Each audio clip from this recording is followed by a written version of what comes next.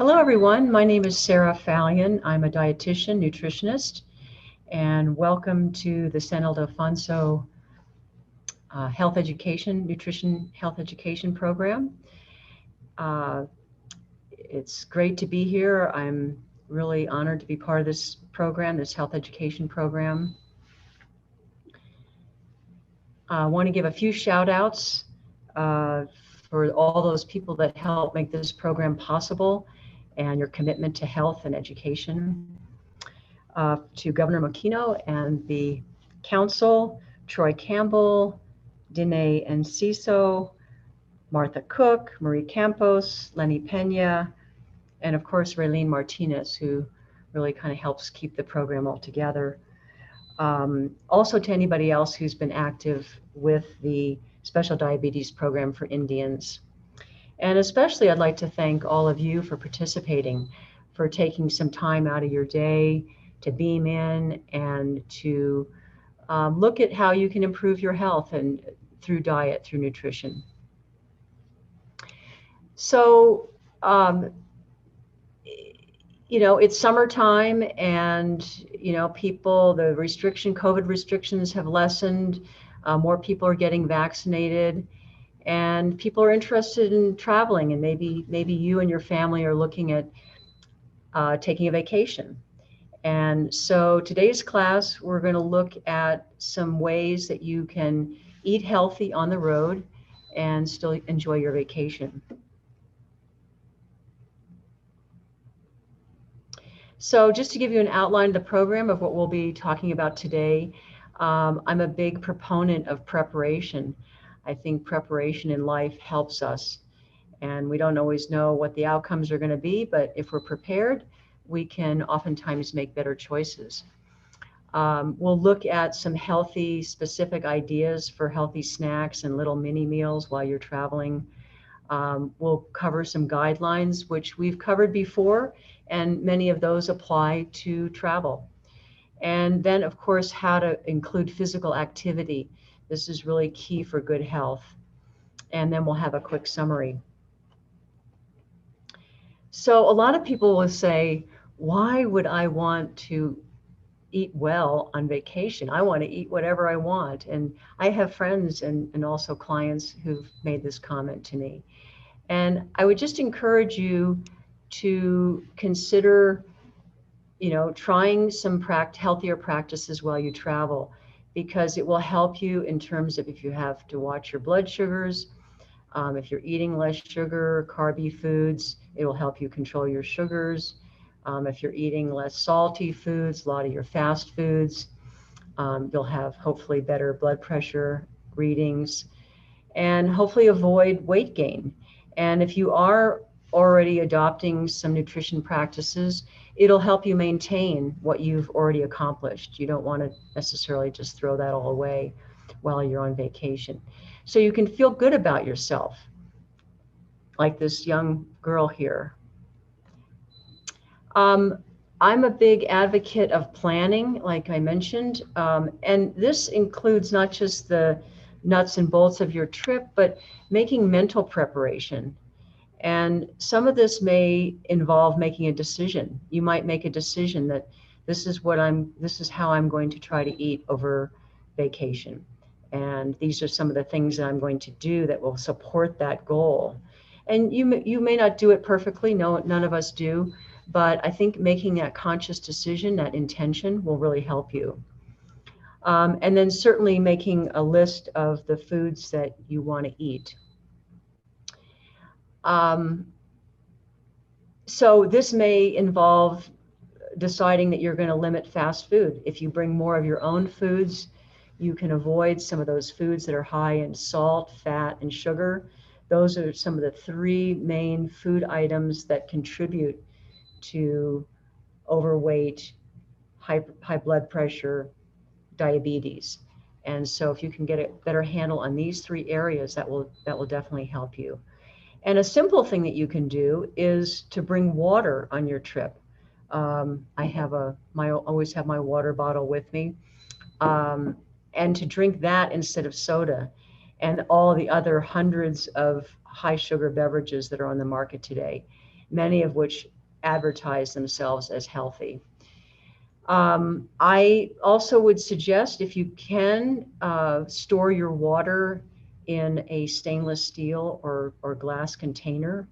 More of the research is showing now that these plastic bottles have different chemicals in them called BPAs that have harmful effects on, particularly on our endocrine system, and that these can cause over time problems. So at the very least, if you have a plastic bottle, do not put it in the freezer or have it in high heat, because that's when these chemicals can migrate into the water.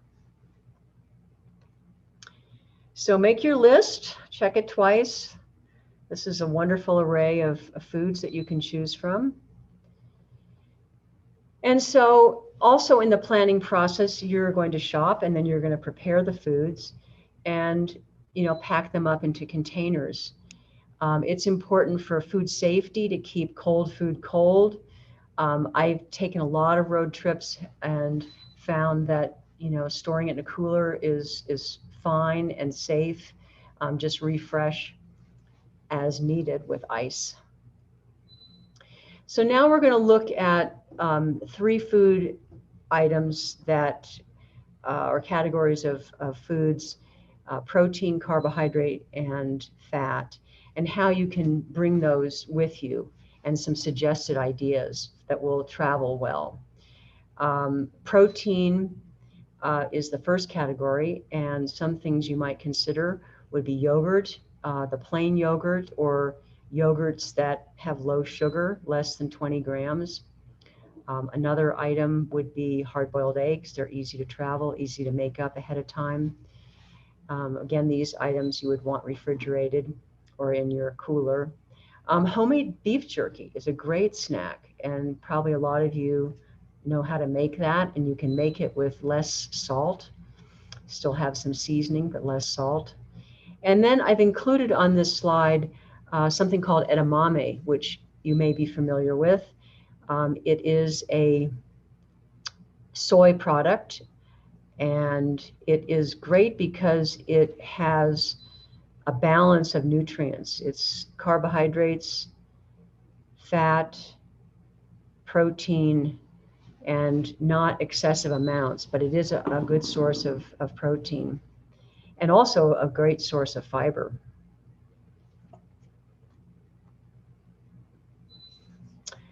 So the next slide is showing low carbohydrate foods, and these are some samples. You may have some other ideas, but rice cakes, I don't know if you're familiar with those, but they travel pretty well, and you can add some spreads to them.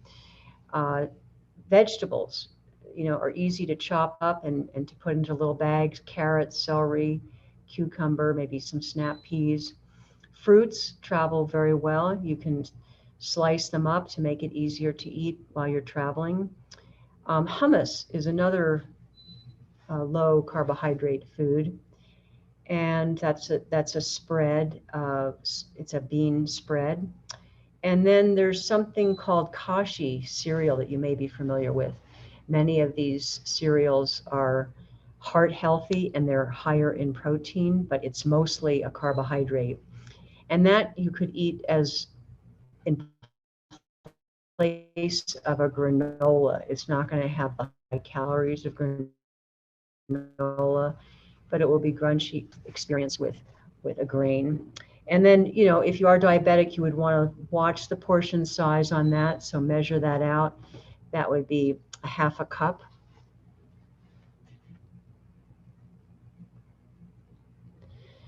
So continuing on, talking about fat, which is an important element of our diet, but getting the right kinds of fats that are going to be more heart healthy.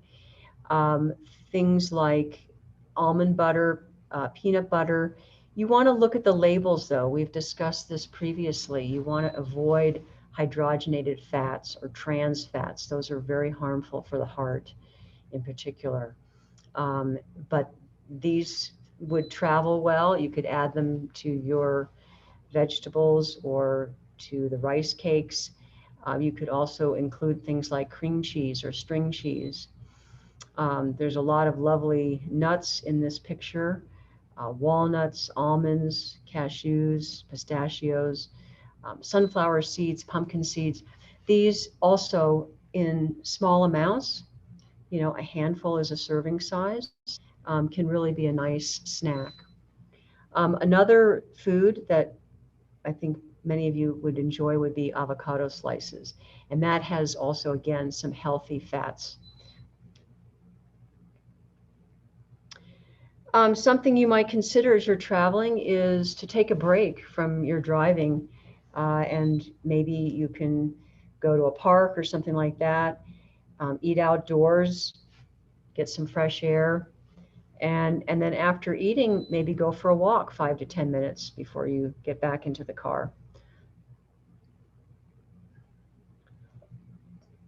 So continuing on with looking at some of the guidelines for healthy eating, one of the things that I've found personally in travel is that sometimes I get bored after a certain point in many hours of driving.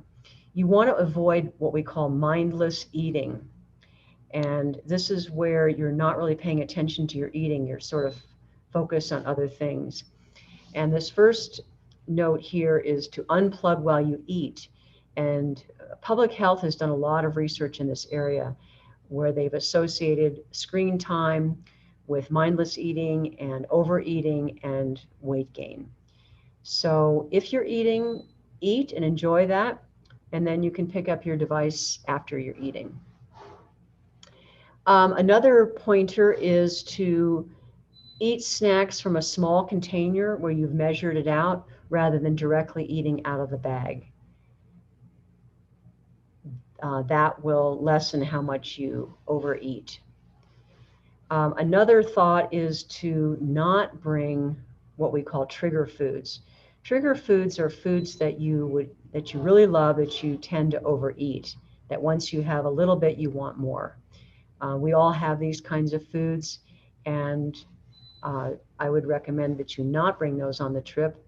If you get a craving for something, you can sort of wait it out and then maybe stop and pick something up, but just get a small amount. Keeping foods out of reach. You don't want to just have a grazing, feeding frenzy the whole time that you're driving. And I think there's a tendency for that. So just keep the foods out of reach. You eat at specific times. And consider foods like the non-starchy vegetables to fill up on. Sometimes that can help if there's boredom, just to have something that's kind of crunchy and it's not going to give you a lot of excess fat or carbohydrate. Another thing to consider is eating only when hungry. And I think sometimes if we are bored, we will tend to eat.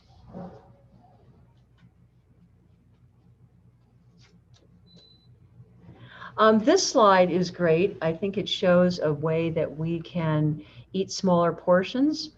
Looking at the side that says what you're served, it's a full plate, half-pound cheeseburger, French fries, and that's almost 1,400 calories, almost 55 grams of fat.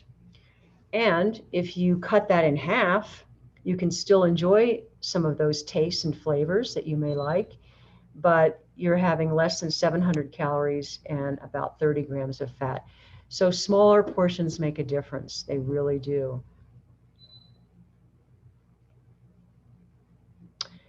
Another thing to consider is staying hydrated. When we talk about being hydrated, that means we're getting enough fluids. Our body needs fluids. And sometimes people will confuse hunger for thirst, and they'll eat when actually they're thirsty. It's a good idea to sip water throughout the day as opposed to guzzling it, 2 times a day. Just sip it throughout the day. And as we've mentioned, if you can drink less soda, juice, Gatorade, all these other various sweetened beverages, that will really help you in terms of some of your health goals. Water really is the best choice. And when we think about the fact that our body is 60 to 75% water, yeah, it makes sense that water is a good choice for all of our cells and tissue and organs. In the past 10 years or so, we've seen a tremendous interest and popularity of these coffee drinks, these specialty coffee drinks. And they are loaded many times with sugar and fat. And so they're high calorie drinks. And this is just one example, but they're everywhere. You know, Dunkin' Donuts, Starbucks, all kinds of, you know, the supermarkets have them. This is a cafe vanilla frappuccino that has almost 300 calories and almost 50 grams of sugar. That's one drink. So when you compare a 12-ounce Coca-Cola, it seems like that's a low sugar item. That has like 31 grams of sugar. So not that I'm recommending Coca-Cola, but it just gives you a reference point that these coffee drinks, which many people might think of as healthy, are actually contributing a lot of calories and sugar in your diet. Something that I like to recommend to people is to plan your indulgences. And indulgence is something that a person may enjoy doing, but that others might think is unhealthy. And so let's say, for example, you wanted a rich dessert on your trip. You could eat a small portion. You could order that dessert and then share it as a group or with a loved one. On these days when you indulge in whatever heavy meal that you have or dessert, you want to increase your activity on those days, and before and ideally after the meal. It's a good idea when you have an indulgence not to skip meals. That's the tendency that people have is, oh, I just won't eat for the rest of the day, or I won't eat tomorrow. And that will slow down your metabolism, and that will not really serve you well. So the next meal that you eat after, you know, having a full, rich meal would be something that's lighter, lower calories, maybe even just a snack, but that will still keep your metabolism going. So if you do eat out, it's a good idea to look over the menu and feel free to ask about alternatives. Avoid things that say breaded or smothered or deep fat fried, because that's giving you a picture of something that's going to be a heavier meal, that's going to probably have more fat and calories in it. And sauces, you can ask for the sauces on the side and maybe just dip into the sauce every 3 or 4 bites. Especially for diabetics, limit your ketchup. Ketchup is loaded with sugar. As we've talked before, you can order a half-size portion or share that portion with another family member. So lastly, I want to talk about daily activity. And the things I've been talking about, actually including daily activity, are things that hopefully you will do at home as well. But I've tried to tailor this so that you can utilize it on your travel, on your trip. With daily activity, physical activity, it's a good idea to check with your doctor before starting any kind of new exercise program. You want to start out slowly. A 5-minute brisk walk after eating is something that can be helpful for you. And especially the research shows that after dinner, walking after that large meal is very helpful for diabetics and for people who are looking at wanting to lose weight. The ultimate goal would be 30 minutes or more per day, and that will help lower your blood sugars. This is something that I discovered as I was getting prepared for this presentation, that if you have uncontrolled diabetes, your sugars are high, not managed well, or you have underlying heart problem, you want to begin your walking 30 minutes after you start eating, not immediately after eating, but 30 minutes after you start. And the reason for this is that stress hormones can be activated, and that may raise your blood sugars. And then if they're already high, they would be maybe even dangerously high. So that's something to consider. There's so many fun ways to move about. I've listed a few here. Dance. I know a lot of you like Zumba, running, swimming, jumping rope. You can throw a football, basketball, all kinds of things. But the idea is to get out and move. So, and this you can incorporate simply while traveling. When you stop for gas or a pit stop, get out of the car and stretch. Stretch your muscles a little bit. You can get a little bit tense being hunched over in a car for over a period of time. And then after you've filled up, you might want to just walk around the block for maybe 5 or 10 minutes. Or you could stop off at a park and take a little longer walking break. So in summary, it's a good idea to plan your meals, plan your attitude of how you're going to approach your trip, and make a decision, hopefully to eat a little bit healthier on your trip, allowing for indulgence. And then we talked about some of the healthier food choices that you can bring with you. We talked about smaller portions and ways that you can do that. And a key thing to remember is avoid mindless eating. And lastly, but not least, being active, having physical activity during your trip. So I thank you and be well.